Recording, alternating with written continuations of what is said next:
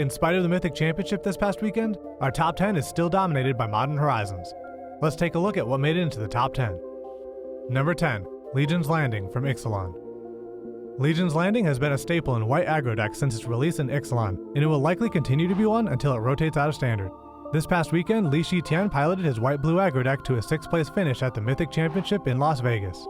Legion's Landing is a 4-of in that deck, and is one of the best turn 1 spells in the deck.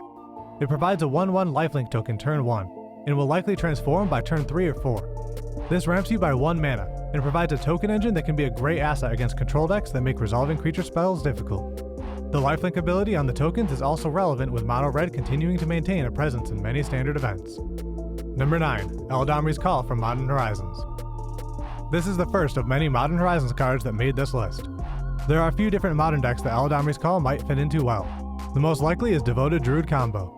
It has the perfect colors for the deck, can be cast at instant speed for an end-step tutor, and it can grab either piece of the combo. This should improve the consistency of an already competitive deck. Number 8, Aria of Flame from Modern Horizons. When I first read this card, I couldn't believe my eyes. There aren't too many red enchantments that are win conditions, and this one seems to be replacing its predecessors in some modern decks, due to the increase of graveyard hate in the current meta. The predecessor I'm referring to is, of course, Pyromancer Ascension. This Storm staple has been a second win condition in Blue-Red Phoenix decks, but that may be coming to an end soon. The prevalence of graveyard-based decks has coincidentally increased the number of answers to Pyromancer Ascension that players are running in their 75. This means Aria of Flame looks to be a much better option, as it isn't weak to graveyard removal and has the added bonus of allowing you to run fewer 4-ofs, since it doesn't care about the names of instants and sorceries being cast. Aria of Flame in a deck that can cast 3 or 4 spells a turn will take back the life it gives in no time. If your opponent was at 20 when you played it, and gained 10, you'd still only need 8 spells to kill them with Aria of Flame alone. Don't forget, Aria only requires that you cast the spell, not that it resolves, so even against control-heavy decks, you'll be fine as long as you can keep Aria on the battlefield. Number 7, Plague Engineer from Modern Horizons. This card is a reprint of Engineered Plague from Urza's Legacy, just on a 2/2 creature with Death Touch. Modern has a few very strong tribal decks, including elves, merfolk, and humans, and Plague Engineer is one of the best answers to these decks. The -1/-1 will slow them down, and kill any creatures with 1 toughness the moment they hit the battlefield. Number 6, Cordial Vampire from Modern Horizons. Vampire Commander decks have a new addition in Cordial Vampire. This card is especially good in token decks like Edgar Markov, where you can utilize tokens as a resource, with Phyrexian Altar or Skull Clamp while boosting the power and toughness of the rest of your vampires. Number 5, Blood Sun from Rivals of Ixalan. This one seems to be speculation. Wizards recently previewed some cards from the upcoming Core Set 2020. One of those cards has people buying up Blood Suns in anticipation of someone finding a way to break it. This new card is Lotus Field. When Lotus Field enters the battlefield, it enters tapped, and you must sacrifice 2 lands. The upside is that it taps for 3 mana of any color, and it's hexproof, so your opponent can't target it to 3-for-1 you. Bring Blood Sun into the mix though, and those downsides both go away. Blood Sun removes all the abilities of Lotus Field other than mana abilities. So now you have a land that enters untapped, and taps for 3 mana of any color. It's important to note, Lotus Field also loses hexproof, but that's less of a concern when you didn't have to sacrifice 2 lands to get into play. Number 4, Second Harvest from Shadows over Innistrad. I think Commander players are the reason for this spike in sales. With the printing of Ayula, Queen Among Bears, a lot of people are building Bear Tribal now. When you have Ayula in a board full of bear tokens, Second Harvest can be a wrath that only hits your opponent's creatures, or a combat trick that puts dozens of +1/+1 counters on your bears at instant speed. Number 3, Giver of Runes from Modern Horizons.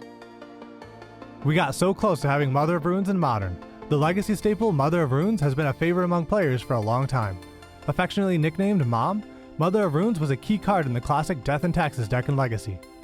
Giver of Runes, or Stepmom as some redditors are calling it, is almost the same card with a few important distinctions. First off, we have the body. Giver of Runes has a 1 toughness upgrade over its predecessor. Now for the type box. Creature types can be important, and it seems Wizards was being cautious with this reimagining of Mother of Runes. Humans has been a very powerful deck in Modern for a while, and it is constantly switching in and out cards as sets release due to how many creatures are humans. Giver of Runes is a core cleric, which will likely restrict its usage in the humans deck. The last 2 changes are within the tap ability. Giver of Runes can grant protection from colorless, while Mother of Runes was only able to grant protection from colors. This is a pretty big improvement, as it can grant protection from land abilities and colorless creatures. In Modern, that means whatever creature you target can block a Wormcoil engine, and since damage is prevented, you won't have to worry about the lifelink or death touch abilities. The final change is that Giver of Runes isn't able to target itself. The built-in protection Mother of Runes had by being able to target itself is part of why it was so successful, so Giver of Runes was nerfed a bit in that regard. Number 2. Bazaar Trade Mage from Modern Horizons. Being used to blue flying creatures with abilities having low power and toughness, I almost missed how strong this card was at first.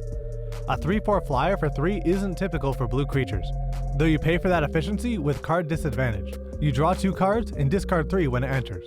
But as we all know, Magic players take pride in their ability to turn disadvantages into advantages.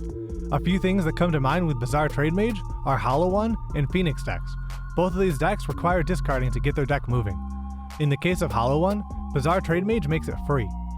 You get some card selection with the draw and discard on top of having the 3/4 flyer and a 4/4 Hollow One on the battlefield. In Phoenix decks, Bazaar Trade Mage gives you another way to put Arclight Phoenix into the graveyard. And as a 3/4 itself, it'll do some damage on its own as well. Number 1. Crashing Footfalls from Modern Horizons. In a vacuum, this card seems a little underwhelming. It is mana efficient, but 2 4/4s on turn 5, without haste, isn't super exciting. But luckily, Crashing Footfalls was designed to be cheated in, and that's exactly why it's our number 1 card.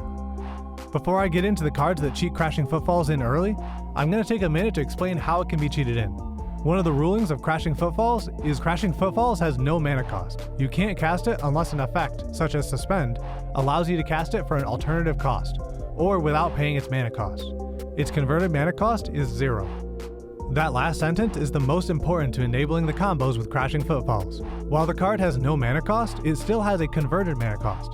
Therefore, abilities that look for specific converted mana costs will recognize Crashing Footfalls as costing 0.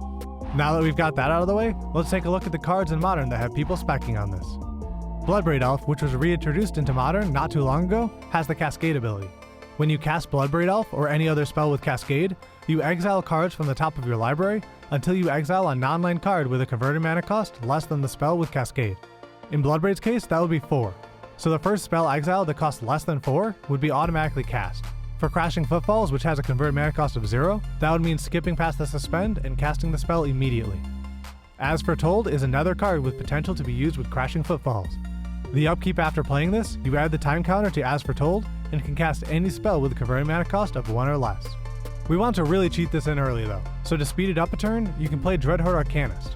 This 2-drop creature can attack, and without any spells to buff it, it'll be able to cast an instant or sorcery spell with a converted mana cost of 1 or less from your graveyard, without paying its mana cost. That could easily be 9 power on the battlefield turn 3. While there are a bunch of cards that can cheat this in, I'm going to leave off with my favorite, which is also likely the card that is responsible for Crashing Footfalls sales. Electro Dominance. This instant speed burn spell allows you to cast an instant or sorcery from your hand with a converted mana cost less than or equal to X. For those who really want to get this out early, this combo can be cast on turn 1 if you have a Simian Spirit Guide in hand. What makes Electro Dominance so much better than all the other choices isn't just the low mana investment, it's also an instant, and its ability overrides the timing restrictions of sorceries cast with it. That means you can cast it at the end of your opponent's turn, or in response to your opponent's attack to get added value by killing off attackers. That's it for this week's Top 10. This weekend is Magic Fest Dallas-Fort Worth, so we'll probably get a chance to see some more brewing with the newest additions to Modern. I'll be keeping an eye out for anything new, so like and subscribe to keep up with future Top 10s.